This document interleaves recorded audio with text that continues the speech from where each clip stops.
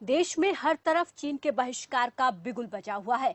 PM आत्मनिर्भरता पर जोर दे रहे हैं तो वित्त मंत्री ने चीन से गणेश की मूर्ति लेने पर ही हैरानी जताई है। नमस्कार, मैं हूं प्रीति सिमार और इस तरीके से हम बात कर रहे हैं कि प्रधानमंत्री जो है लगातार आत्मनिर्भर बनाने की देश को बात कर रहे हैं और सरकार आत्मनिर्भर का संदेश लगातार दे रही है। लेकिन सवाल कई उठ रहे हैं, आत्मनिर्भरता के लिए सरकार का प्लान क्या है? क्या मिट्टी की मूर्ति भी आयात करना जरूरी हो गया है? और ऐसे छोटे सामानों का भी हम आयात करेंगे तो आत्मनिर्भर आखिर कैसे बनेंगे? गलवान में भारत सीमा विवाद के बाद भारत में चीन सामान के बहिष्कार पर लगातार जोर दिया जा रहा है। इस बीच वित्त मंत्री निर्मला सीतारमण ने यह कहा है कि आर्थिक वृद्धि को गति देने के लिए आयात करने में कुछ भी गलत नहीं है, पर गणेश की मूर्ति का चीन से आयात किया जाना ये समझ के परे है। और उन्होंने बीजेपी की तमिलनाडु इकाई के कार्यकर्ता को वीडियो कॉन्फ्रेंसिंग के जरिए संबोधित करते हुए कहा कि जो कच्चा माल देश में उपलब्ध नहीं है और उद्योगों को उसकी जरूरत है, उसके आयात में अगर हम करते हैं तो कोई समस्या नहीं है। और साथ ही उन्होंने ये भी कहा कि केंद्र सरकार के आत्मनिर्भर भारत अभियान पहल के बारे में जो आयात उत्पादन को गति दे और रोजगार के अवसर बढ़ाए, उसमें कोई दिक्कत नहीं है और इस प्रकार का आयात किया जा सकता है। और साथ ही उन्होंने ये भी कहा कि हालांकि अगर आयात रोजगार अवसर को नहीं बढ़ाता है और आर्थिक वृद्धि की मदद नहीं करता है तो उससे आत्मनिर्भर होने और भारतीय अर्थव्यवस्था को कोई लाभ नहीं होगा। इस पर ही हम चर्चा करेंगे कि आखिर देश में चीन के सामान के बहिष्कार करने की लगातार मांग हो रही है और ऐसे में भी भारतीय सरकार जो है वो अपने देश को आत्मनिर्भर बनाने के लिए इस पर जोर दे रही है और इसके लिए अभियान शुरू कर दिया गया है। जगह जगह पर रोजगार देने की बात की जा रही है। इसी पर हम चर्चा करेंगे कि अब इस दौर में जब कोरोना से पूरा विश्व जूझ रहा है, आर्थिक मंदी से पूरा विश्व जूझ रहा है, तो ऐसे में चीन के साथ रिश्ते तोड़ना ये हमारे लिए कितना घातक है, चीन को इससे क्या फर्क पड़ेगा, लेकिन भारत पर उसका क्या फर्क पड़ेगा, भारत को उससे कितना नुकसान होगा, ये समझना और देखना बेहद जरूरी है। और ये भी जानना जरूरी है कि आखिर सरकार के इस फैसले से भारत में क्या कुछ स्थिति बनेगी और क्या ये फैसला जल्दबाजी में लिया जाना चाहिए या पहले भारत को इस लायक बनाया जाए कि पहले भारत आत्मनिर्भर बने और उसके बाद ही जो है इस तरीके के फैसले सरकार की तरफ से लिए जाए। चलिए ग्राफिक्स के जरिए हम आपको समझाते हैं कि आखिर भारत कहां से कितना आयात करता है। चीन की हम बात करें तो 14% आयात हम चीन से करते हैं। अमेरिका से 7.58% आयात किया जाता है। इसके अलावा यूएई से 6%, सऊदी अरब से 5%। इसमें आपने देखा आंकड़ों में कि सबसे ज्यादा आयात हम 14% चीन से कर रहे हैं। तो चीन पर हमारी निर्भरता यहाँ पर ज्यादा दिख रही है। इराक से हम 4% का आयात करते हैं, बाकी देशों से हम 54% का आयात करते हैं।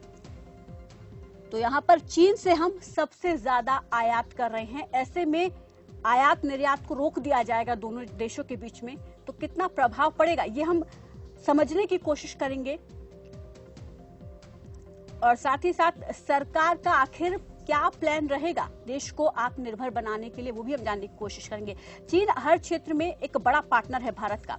चीन जो है यहाँ पर भारत के साथ एक बड़ी साझेदारी रखता है कामों में और ऐसे में जो चीन है उससे रिश्ते नाते तोड़ना भारत के लिए कितना घातक होगा ये देखने वाली बात होगी, ये समझने वाली बात होगी। और इसको सरकार को अभी फिलहाल जो सिचुएशन बनी हुई है उसको किस तरीके से हैंडल करना चाहिए ये भी हम जानेंगे। हमारे साथ कुछ मेहमान जुड़ेंगे और उनसे हम जानेंगे समझेंगे कि आखिर सरकार जिस ओर बढ़ रही है। क्योंकि यहाँ पर एक चीज और सामने निकल कर आई है, वित्त मंत्री ने खुद ये कहा कि एक हमारे देवी देवताओं की मूर्ति जो हम देश में भी बना सकते हैं वो चीन में बन रही है और वहां से हम आयात करके मंगवा रहे हैं। तो ये बहुत हैरानी की बात है।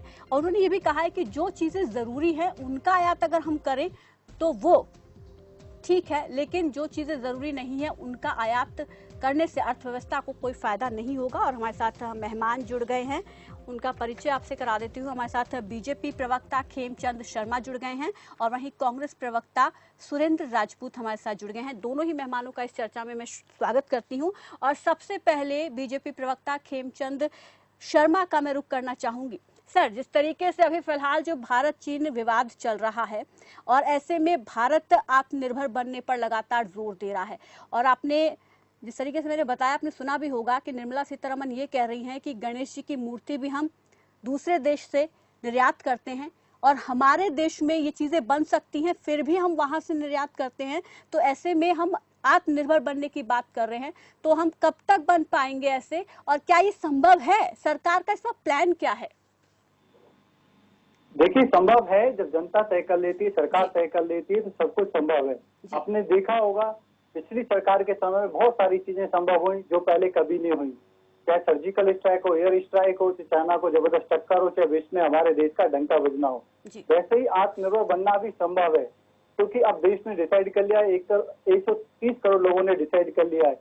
इसमें कठिनाई जरूर आएगी, क्योंकि पिछले आप देखेंगे जो पिछली सरकार के अंतर्गत अटल जी की जब तक सरकार थी तब तक चाइना के साथ हमारा जो व्यापार था उसमें भारत का सरप्लस था, भारत का एक्सपोर्ट ज्यादा था, चाइना का एक्सपोर्ट हमारे देश में कम था। लेकिन उसके बाद यूपीए के दौरान तेजी से बढ़ा और वो 50 बिलियन तक का डिफरेंस हुआ। अब इस सरकार के अंतर्गत वो कम हो रहा है, और अब जब चीन के साथ हमारा कंफ्लिक्ट चल रहा है, सरकार ने पूरी तरीके से तय कर लिया है कि हम हर एक आइटम को रिव्यू करेंगे।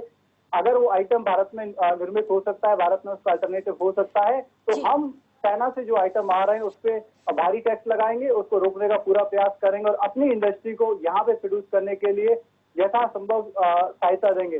दूसरा, आपने देखा होगा जितने भी हमारे सरकारी पोर्टल हैं या सरकारी या ई कॉमर्स पोर्टल हैं, उनको निर्देश दिए गए हैं कि आपको जो प्रोडक्ट्स हैं उनकी ओरिजिन कंट्री बतानी पड़ेगी, ताकि हमारे देशवासी खरीदते समय ये देख सकें कि वो आइटम भारत से खरीद रहे हैं या वो चाइना से खरीद रहे हैं। तो इससे एक बहुत बड़ा ड्रास्टिकली चेंज आएगा। और अभी सरकार के थॉट प्रोसेस में सरकार हर निर्णय इस नीति से ले रही है, क्या ये आइटम अपने यहाँ पे प्रोड्यूस हो सकता है, क्या अपने जो प्रोड्यूसर्स है, क्या जो अपनी इंडस्ट्री है, क्या उसको एम्पावर किया जा सकता है। लेकिन उसमें खेमचंद शर्मा जी, उसमें काफी वक्त लगेगा, उसमें बड़ा इंफ्रास्ट्रक्चर हमको खड़ा करना पड़ेगा।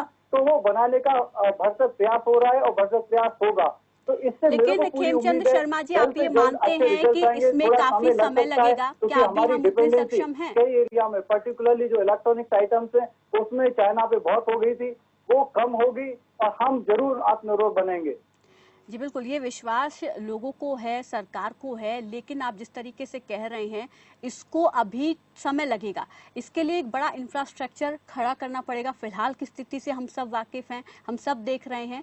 तो ऐसे में अगर सरकार जल्दबाजी में ये फैसला लेती, क्योंकि लोगों में गुस्सा है, जो सीमा विवाद में हुआ, हमारे सैनिक शहीद हुए, उसके बाद पूरे देश में गुस्सा है और लोग यहाँ पर इमोशनली होकर इस तरीके की मांग करते हैं कि बहिष्कार किया जाएगा। लेकिन सरकार हर एक पहलू को बारीकी से जांच कर उसके बाद कोई फैसला लेती है। सरकार जो आत्मनिर्भर बनाने पर जोर दे रही है, लेकिन ये आगे इसमें समय लगेगा, या आप मानते हैं इसमें समय लगेगा? और प्रीति जी, मैं ये ऐसा मानता हूँ कि सरकार जल्दबाजी में निर्णय नहीं ले रही है, सरकार लॉजिकल निर्णय ले रही है और ये निर्णय लेना बहुत जरूरी है, थॉट प्रोसेस आना बहुत जरूरी है कि हमें आत्मनिर्भर बनना है, हमें हर एक आइटम को रिव्यू करना है, हमें हर एक आइटम का अल्टरनेटिव ढूंढना है। आपने देखा जब 3 महीने लॉकडाउन रहा तो ज्यादातर विदेशी चीजों पर हमारी जो आत्मनिर्भरता थी वो लगभग सभी लोगों की खत्म हो गई। सभी लोगों ने घरेलू या अड़ोस पड़ोस में जो चीजें उपलब्ध थी उससे अपना काम चलाया। ऐसा नहीं है कि हमारी जो जरूरत है वो सिर्फ ठीक है। खेमचंद शर्मा जी, मैं यहाँ आपको रोकना चाहूंगी क्योंकि यहाँ पर अर्थशास्त्री आकाश जिंदल हमारे साथ जुड़ गए हैं, क्योंकि उनसे हम ज्यादा बेहतरी से समझ लेते हैं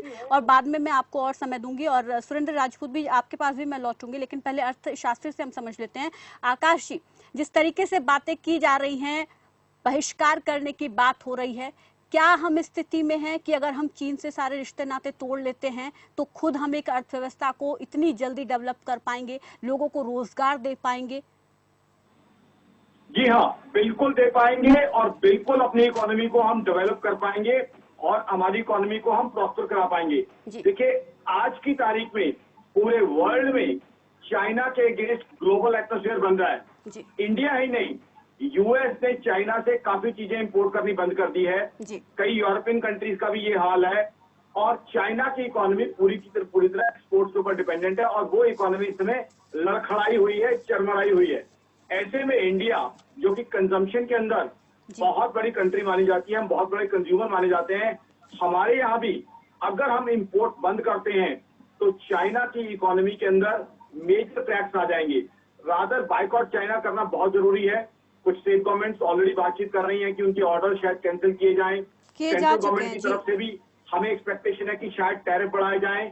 इस समय अगर ये झटके दिए जाते हैं तो बहुत जरूरी है, क्योंकि चाइना जो हरकतें कर रहा है वो बहुत घटिया हरकतें हैं। हालांकि हमारे शेरदिल जवानों ने, मैं सल्यूट करता हूं हमारे सेना के जवानों को, जिन्होंने चाइना के दांत खट्टे किए हैं, मुंह तोड़ जवाब दिया है। बट आज जरूरी है कि हमारे देश का हर नागरिक भी अपनी ड्यूटी पूरी करे। जहां हमारे सैनिक सीमा पे अपना लहू बहा रहे हैं, हमारे महान सैनिक, वहां अगर हमारे देश का हर नागरिक भी सैनिक बन जाता है और चाइना के सामान को बॉयकॉट करता है तो चाइना की इकोनॉमी की कवर जो है टूट जाएगी। ऑलरेडी चाइना का जो मेन वहां का माउथपीस है ग्लोबल टाइम्स, उसको आप 3 दिन से देखें, उसके अंदर घबराहट साफ दिख रही है। तरह तरह के आर्टिकल वो लिख रहे हैं कि इंडिया के लिए बहुत जरूरी है वहां से इंपोर्ट करते रहना, इंडिया इंपोर्ट नहीं करेगा तो तकलीफ होगी। कहीं ना कहीं उससे घबराहट क्लियर दिख रही है कि चाइना के अंदर बहुत बड़ी घबराहट है कि हाँ, हिंदुस्तान ने हमसे इंपोर्ट करना या हिंदुस्तान को हमारे एक्सपोर्ट बंद हो गए तो हमारी इकोनॉमी की हालत क्या होगी। तो मैसेज चाइना के अंदर फॉर्मली पहुंच गया है और इस मैसेज को और डीपली बचाना है। आत्मनिर्भरता की बात, रादर ये हिंदुस्तान के लिए अच्छा होगा, क्योंकि किसी जमाने में जब हम चाइना से इंपोर्ट नहीं करते थे तो मैक्सिमम मैन्युफैक्चरिंग हिंदुस्तान में ही होती थी, जो है लेट 90s तक। तो अब भी हम मैन्युफैक्चरिंग यहाँ स्टार्ट कर सकते हैं। मैन्युफैक्चरिंग यहाँ स्टार्ट करेंगे तो एक तो हम मेजर एम्प्लॉयमेंट दे पाएंगे। हमारे यहाँ अनएम्प्लॉयमेंट की समस्या है, तो बहुत से इंजीनियर्स, बहुत से वर्कर्स ऐसे हैं जिनको हम एम्प्लॉयमेंट अपॉर्चुनिटीज प्रोवाइड कर पाएंगे, वो एक बड़ी स्ट्रेंथ रहेगी। दूसरा, जब हम इंपोर्ट करते हैं, चाइना जब हमें एक्सपोर्ट करता है तो हमारी काफी फॉरेन एक्सचेंज उसमें लग जाती है, तो यहाँ हम अपनी प्रेशियस फॉरेन एक्सचेंज जो है वो भी बचा पाएंगे। आज की तारीख में यूएस और यूरोप के कई कंट्रीज चाइना से बुरी तरह खपा है, तो ऐसे में मैन्युफैक्चरिंग करने के लिए सबसे इंपॉर्टेंट चीज चाहिए होती है कैपिटल या पूंजी, फॉरेन डायरेक्ट इन्वेस्टमेंट। जो ग्लोबल एटमॉस्फेयर ऐसे में यूरोप से, जो है अमेरिका से, यूरोपियन कंट्रीज से, ऑस्ट्रेलिया से, इवन चाइना के नेबर लेकिन आकाश जी, ये भी मैं आपसे समझना चाहूंगी कि एफडीआई में चीन की बहुत बड़ी हिस्सेदारी है। चीन काफी ज्यादा एफडीआई में निवेश करता है हमारे देश में। बड़ा इंपॉर्टेंट मौका है जी, सेल्फ डिपेंडेंस की तरफ बढ़े, आत्मनिर्भर बने। आत्मनिर्भर बनने की हमारे पास पूरी कैपेसिटी है, कैपेबिलिटीज है। और एक चीज और बता दूं आपको, चाइना ने मैन्युफैक्चरिंग 1980-81 में शुरू की है, जबकि हिंदुस्तान में हमने 1920s में ही पहला स्टील प्लांट, पूरा बड़ा स्टील प्लांट लगा लिया था, मेगा स्टील प्लांट। तो चाइना के मुकाबले हमारा इंडस्ट्रियलाइजेशन का इतिहास भी पुराना है, हमारा जो है ट्रैक रिकॉर्ड है, और आज भी ये हम करके दिखा सकते हैं। तो आई थिंक हमारी सरकार बिल्कुल सही ट्रैक पे है। और प्राइम मिनिस्टर मोदी साहब ने बहुत अच्छा कहा था, लोकल के लिए वोकल और आत्मनिर्भर भारत। आई थिंक दोनों ही चीजें बिल्कुल सही है। We must go and move into this direction. आत्मनिर्भरता की तरफ हमें बढ़ना चाहिए। और चाइना को, अच्छा दूसरी बात आपको बता दूं, चाइना की जब इकोनॉमी क्रैक कर जाएगी, तो चाइना इस तरह की इकोनॉमी है जब उनके पास पैसा नहीं होगा। आज मिलिट्री पावर सब जगह पैसे से ही चलती है, जब उनके पास फंड्स नहीं होंगे तो उनकी मिलिट्री वीकन हो जाएगी। तो चाइना जो घटिया हरकतें करता है वो घटिया हरकतें उसकी रुक जाएंगी, क्योंकि जब फंड्स नहीं होंगे तो उसकी सेना के पास भी पावर उसकी बहुत कम हो जाएगी। और इंडिया के साथ जो उल्टी सीधी हरकतें कर रहे हैं वो उन्हें बंद करनी पड़ेंगी। तो चाइना को मुंह तोड़ जवाब देने का ये बहुत बढ़िया तरीका है। हमारी फौज तो अपना काम कर ही रही है। ये जो हम ये यहाँ पे जो स्ट्रेटेजी चल रही है बायकॉट करने की, या जो पॉसिबिलिटी है चाइना पे टैरिफ इंपोज करने की, बहुत बढ़िया है, बहुत जरूरी है। बिल्कुल इस पे जी, इसके और भी पहलू आकाश जी हम आपसे समझेंगे, लेकिन इस बीच सुरेंद्र राजपूत जी का भी हम रुख कर लेते हैं। सुरेंद्र जी, आप देख रहे हैं जिस तरीके से फिलहाल आर्थिक मंदी के दौर से हम सब गुजर रहे हैं, विश्व गुजर रहा है, उसमें आत्मनिर्भर बनने की बात हमारे प्रधानमंत्री कह रहे हैं, लेकिन ये भी एक है कि देश में भी ये मांग उठ रही है, ये आगे चलकर देश के लिए ही बेहतर होगा। आप किस तरीके से देखते हैं इन पूरी चीजों को? खुद निर्मला सीतारमण ये कह रही है कि हमारे देवी देवताओं की मूर्ति दूसरे देश में बन रही है, वहां से हम आयात कर रहे हैं, क्या हमारे देश में ये चीजें नहीं बन सकती हैं? तो यहाँ के लोगों को क्यों नहीं अवसर दिए जा रहे हैं? देखिए, ये बात तो इस समय सत्ता से पूछनी पड़ेगी। आत्मनिर्भरता जी, आप पहले इस पर, हाँ जी, आप पहले इस पर क्या किस तरीके से देखते हैं, हम आपसे समझेंगे, उसके बाद हम खेमचंद शर्मा जी से भी ये सवाल लेंगे और वो इसका जवाब देंगे। जी देखिए, आत्मनिर्भरता तो निश्चित तौर पर होनी चाहिए। आत्मनिर्भरता में तो बहुत अच्छी चीज है। जी। और सब सारे प्रोडक्ट अगर हिंदुस्तान में बने तो इससे बढ़िया कोई बात ही नहीं होगी। लेकिन इसके बाद आपको फिर वास्तविकताओं को भी देखना पड़ेगा। आप जी। वास्तविकताओं को जब आप देखना चाहते हैं तो कुछ चीजें बड़ी क्लियर कट नजर आती हैं। पहली चीज क्लियर कट नजर आती है कि छोटे छोटे व्यापारियों की जेब में और छोटे छोटे जो लोग हैं उनके साथ तो आप बात कर रहे हैं कि बहिष्कार कर दीजिए प्रीति जी, लेकिन जब क्या नाम सरदार वल्लभ भाई पटेल की मूर्ति बनाने की बात आती है तो फिर वो अपने माय डियर फ्रेंड चाइना की तरफ देखा जाता है। उसके बाद अगर आप जब नागपुर मेट्रो का ठेका देने की बात आती है तो चाइना की तरफ देखा जाता है। जब अभी डोलेरा में मैं तो जिम्मेवारी से कहता हूं कि हम सब लोगों को चीन के प्रोडक्ट का बहिष्कार कर देना चाहिए, लेकिन सबसे ज्यादा बहिष्कार और सबसे ज्यादा निवेश तो गुजरात में है। गुजरात इस वक्त हिंदुस्तान में नंबर 1 है निवेश पर चाइना की, चाहे वो एमजी मोटर का हो, चाहे बैंक ऑफ चाइना का हो, और चाहे अभी डोलेरा सिटी में इन्होंने अभी 8-10 दिन पहले विजय रूपानी जी ने एक एमओयू साइन किया है चाइना से, 15-20 दिन पुराना एमओयू साइन किया है। तो मैं आपसे जिम्मेवारी से पूछना चाह रहा हूं कि उसी एमओयू को खत्म करें ना, पहले एमजी मोटर को भी बाहर करें, और ये जो पेटीएम से लेकर डीटीएम तक जितनी भी एप्स हैं इनको भी सरकार, जिसको सरकार बाहर कर सकती है, जो सरकार के अपने हाथ में है। मुझे ऑडियो नहीं आ रहा है, थोड़ा ऑडियो बढ़ाइए। गुजरात मुझे ऑडियो नहीं मिल रहा है, ऑडियो बढ़ाइए जरा। जी खेमचंद शर्मा जी, मैं अपनी टेक्निकल टीम से गुजारिश करना चाहूंगी कि ऑडियो थोड़ा बढ़ाया जाए, उनको ऑडियो नहीं मिल रहा है। सुरेंद्र जी, आप अपनी बात पूरी कीजिए। जितनी बड़ी चीजें हैं ना प्रीति जी, ये सारी अगर क्या नाम केंद्र की सरकार आदरणीय नरेंद्र मोदी जी करेंगे तो ये अच्छा लगेगा। चाइना की झालर से, चाइना के बिस्कुट से, चाइना के इससे आप बहिष्कार करिए, वो तो करिए। आम आदमी पूरी तरीके से सड़क पर है चीन का बहिष्कार करने के लिए। हम स्वयं समर्थन में हैं, लेकिन जो बड़ी काम है, बड़ी चीजें हैं, बड़े एमओयूज हैं, जो बड़ी चीजें सरकार कर रही है उसको पहले बहिष्कार करें आदरणीय नरेंद्र मोदी। ठीक है, बैंक ऑफ चाइना का बहिष्कार। सुरेंद्र जी, इसका जवाब ले लेते हैं खेमचंद शर्मा जी से। शर्मा जी, आपने सुना होगा, वो कह रहे हैं कि एक और तो हम बहिष्कार करने की बात करते हैं, दूसरी ओर हम खुद ही उनके साथ और एमओयू साइन करते हैं, तो इस पर आप क्या कहेंगे? प्रीति जी, आत्मनिर्भर बनने का मतलब क्या है, पहले हमें समझना पड़ेगा। आत्मनिर्भर बनने का मतलब है कि जो सामान हम चाइना से इंपोर्ट कर रहे हैं, चाइना में जो एक्सपोर्ट कर रहा है, क्या हम उसे अपने देश में बना सकते हैं? अगर बना सकते हैं तो उसको बनाना है। वो हम स्वतः बना सकते हैं, स्वतः बनाना है। अगर दूसरों की मदद से बना सकते हैं तो दूसरों की मदद से बनाए। तो सबसे पहले मेड इन चाइना का बहिष्कार करना। उसके बाद जो चाइनीज कंपनी भारत में मैन्युफैक्चर कर रही है उसको सेकंड फेज में देखेंगे, लेकिन पहला फेज जो सरकार का टारगेट वो है जो मेड इन चाइना आइटम है, जो पूरी तरीके से इंपोर्ट हो रहा है, उसका अल्टरनेटिव भारत में ढूंढना है। लेकिन खेमचंद शर्मा जी, खुद निर्मला सीतारमण ये बात कह रही हैं कि गणेश जी की मूर्ति भी हम बाहर से आयात कर रहे हैं, क्या हम अपने देश में नहीं बना सकते? आप देखते होंगे हमारे देश में रोड साइड जो है कितने सारे लोग मूर्तियां बनाकर वहां पर बेचने के लिए बैठे होते हैं। अगर हम अपने देश से खरीदेंगे, चीजें आयात नहीं करेंगे, तो हमारे देश में ही लोगों को रोजगार के अवसर मिलेंगे। फिर चाइना से आयात करने की क्या जरूरत पड़ रही है? प्रीति जी, आपने बिल्कुल सही कहा। क्यों पड़ रही है? क्योंकि इस तरीके का इंफ्रास्ट्रक्चर बना। आपने देखा होगा कि जब तक अटल जी की सरकार थी, भारत का एक्सपोर्ट ज्यादा था, चाइना का कम था। लेकिन यूपीए सरकार में जैसे ही कांग्रेस का चाइना के साथ एमओयू साइन होता है, जैसे ही राजीव गांधी फाउंडेशन में चाइना कंट्रीब्यूशन देता है, सीधा सीधा पैसा डालता है, उसके बाद चाइना का जो एक्सपोर्ट है भारत को बढ़ जाता है, हमारा इम्पोर्ट चाइना से बहुत ज्यादा बढ़ जाता है। कोई बात नहीं, लेकिन अब हमारी सरकार है, हमारी सरकार में सब तरीके से कदम लिए जा रहे हैं। मेक इन इंडिया को लाया गया, मेक इन इंडिया से जबरदस्त तरीके से भारत में मैन्युफैक्चरिंग सेक्टर को बढ़ावा दिया गया।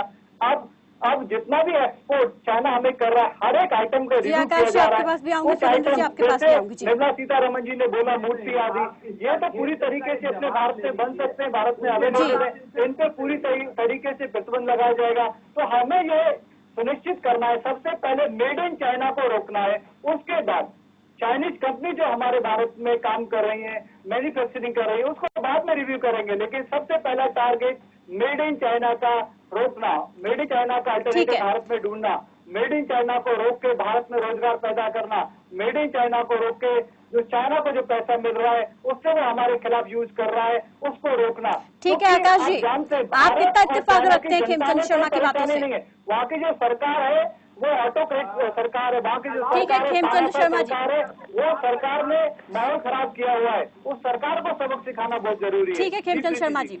आकाश जी, कितना इत्तेफाक रखते हैं आप?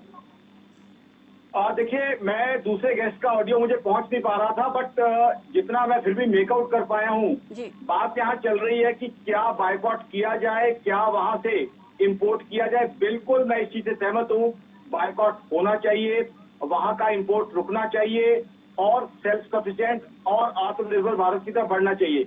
देखिए, चाइना ने इकोनॉमिक मामले में हर कंट्री को धोखा दिया है, दगा दिया है। आपको थोड़ा ये भी बता दूं, बहुत लोगों को जानकारी नहीं है कि जो कंट्रीज चाइना के दोस्त ही बनती हैं, जैसे पाकिस्तान है, श्रीलंका है, उनको भी चाइना ने बहुत बुरी तरह दगा दिया है।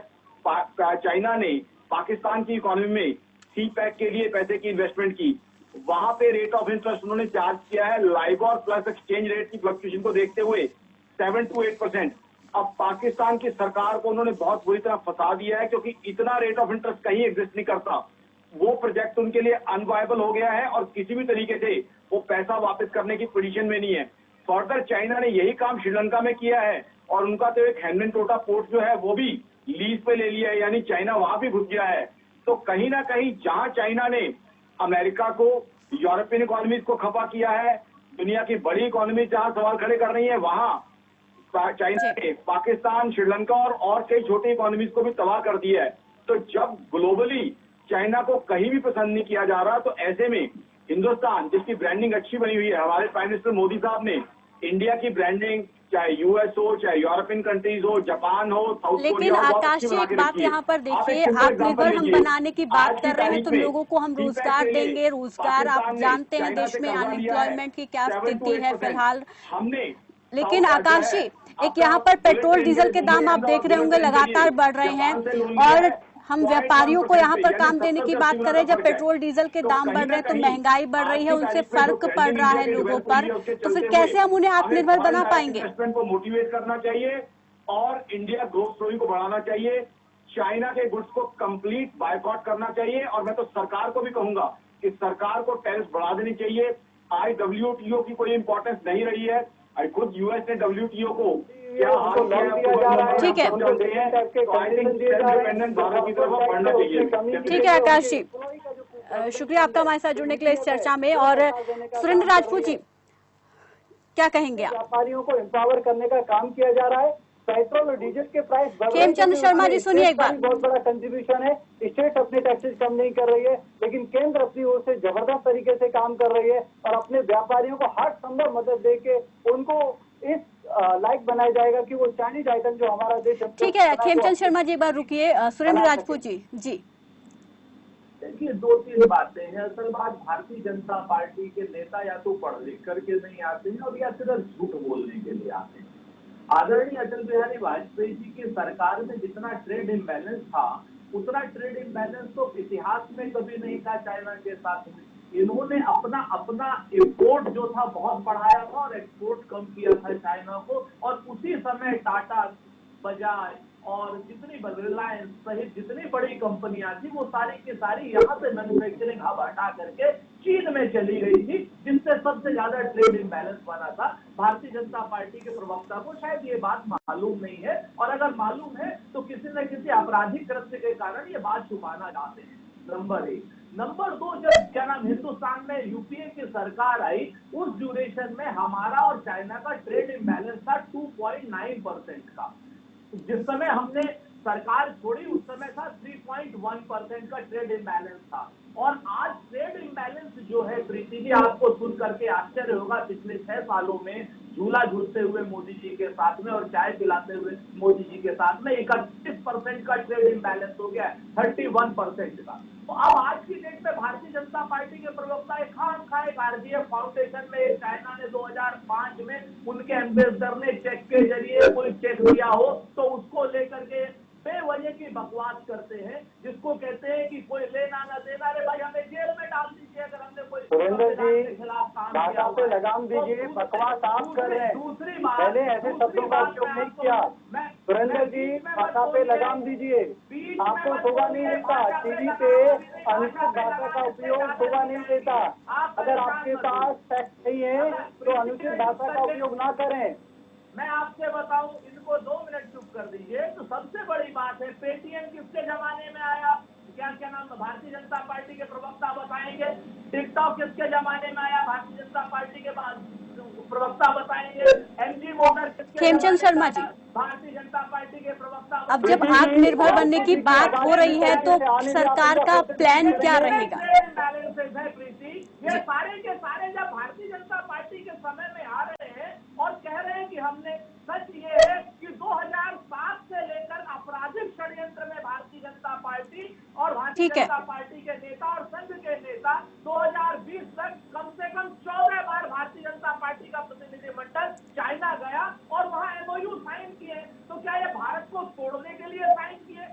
सरदार वल्लभ भाई पटेल की मूर्ति। ठीक है सुरेंद्र राजपूत जी, खेमचंद शर्मा जी, बताए ना खेमचंद शर्मा जी, ये अब जब हम जिस तरीके से हम बात कर रहे हैं कि बहुत सारी कंपनियां भारत में चीन की हैं और हमारे लोगों को रोजगार दे रही हैं, जब उनसे नाता तोड़ लिया जाएगा तो बहुत सारे लोग बेरोजगार होंगे, करीब 2 लाख के करीब लोग बेरोजगार होंगे। रोजगार एक यहाँ पर उनको देने की बड़ी चुनौती सरकार के सामने होगी और साथ ही साथ हम व्यापारियों को यहाँ पर और ज्यादा आत्मनिर्भर बनाने की बात कर रहे हैं। लेकिन जिस तरीके से पेट्रोल डीजल के दाम आप बढ़ रहे हैं, हम देख रहे हैं 80 के पार हो गए, तो हम एमएसएमईज को कैसे उठा पाएंगे? मैडम, मैंने जैसे आपको बोला, सबसे पहले जो सरकार की प्रायोरिटी है मेड इन चाइना को रोकना, मेड इन चाइना को हतोत्साहित करना। उसके बाद जो चाइनीज कंपनी भारत में है, अगर वो भारत के हित में नहीं है, अगर वो भारत के हित के खिलाफ है, तो उनको भी प्रतिबंधित किया जाएगा। लेकिन उससे जॉब लॉस नहीं होगा। अल्टरनेटिव जो भारत के उद्योगपति हैं, भारत के जो इंडस्ट्रियलिस्ट हैं, वो उसको टेक ओवर करेंगे। वो टेक ओवर करेंगे तो एम्प्लॉय वहां पे काम करेंगे, अच्छे तरीके से काम करेंगे। हम टेक्नोलॉजी ट्रांसफॉर्मेशन का स्वागत करते हैं, हम जो पॉजिटिव निवेश है उसका भी स्वागत करते हैं। हम हर एक चीज को बंद नहीं करना चाहते, लेकिन जो चीज हमारे देश में प्रोड्यूस हो सकती है, जो हम खुद बना सकते हैं, उसको हम खुद बनाएंगे और बनाने का हम भरसक प्रयास भी करेंगे। अब हमारे जो कांग्रेस के मित्र बात कर रहे हैं, अरे भारतीय जनता पार्टी का प्रतिनिधिमंडल नहीं, भारत सरकार का प्रतिनिधिमंडल। भारत सरकार चाइना से डायलॉग इसलिए कर रही है, 43,000 किलोमीटर हमारी नई चाइना के पास अभी भी है और वो 43,000 किलोमीटर जो लैंड है वो कांग्रेस सरकार के अंतर्गत चाइना ने। सुरेंद्र राजपूत जी सुनिए, सुरेंद्र जी आप सुनिए, आपके पास आऊंगे। और 2 देशों के बीच बातचीत करने के लिए भारत सरकार का प्रतिनिधिमंडल, हाँ भारत सरकार कर रही है, लेकिन हमारे लिए पार्टी भारतीय जनता पार्टी का हमारे लिए कांग्रेस के लिए उनके लिए गांधी सत्ता में आपने देखा, इसी वजह से गांधी सुनिए ने चाइना के साथ कांग्रेस ने एमओयू किया, वहाँ की रूलिंग पार्टी के साथ। ठीक है, आत्मनिर्भर बनना देश के लिए बेहतर होगा आगे, नहीं है, लेकिन इसके लिए एक प्लान सरकार का क्या है वो हम जानने की कोशिश करेंगे। किस तरीके से सरकार इस ओर आगे बढ़ेगी, जोर दिया जा रहा है, इसकी शुरुआत कर दी गई है, प्रधानमंत्री लगातार जोर दे रहे हैं। डिस्क्लोज नहीं किया, क्या उसमें छुपाया हुआ है? क्यों आपने राजीव गांधी फाउंडेशन में चाइना से पैसा लिया? आप अपनी बराबरी भारतीय जनता पार्टी से ना करें। भारतीय जनता पार्टी देश को आगे लेके बात करती है। आपने क्यों नहीं बताया? आपने क्यों राजीव गांधी फाउंडेशन में चाइना से सीधा सीधा पैसा लिया? इवन राजीव गांधी फाउंडेशन में आपने पीएम रिलीफ फंड से भी पैसा लिया। ठीक है खेमचंद शर्मा जी, आपने विदेशों से पैसा लिया और आपने उसके एवज में। सुनिए खेमचंद शर्मा जी, समय का अभाव है, मैं रोकना चाहूंगी आपको यहाँ पर। आपने देश का नुकसान किया, सब आपको सामने रखना पड़ेगा। खेमचंद शर्मा जी रोकना चाहूंगी, समय का अभाव है। ठीक है, बहुत बहुत शुक्रिया आप दोनों मेहमानों का हमारे साथ जुड़ने के लिए, इस तमाम बातचीत के लिए। तो आत्मनिर्भरता को लेकर यहाँ पर सरकार जोर दे रही है और ये देश हित में है, लेकिन इसमें समय लगेगा। लेकिन उस दौरान जो स्थिति होगी उससे किस तरीके से सरकार निपटेगी, क्या सरकार का प्लान है, ये देखने वाली बात होगी। फिलहाल मेरे साथ बस इतना ही, दीजिए इजाजत, नमस्कार।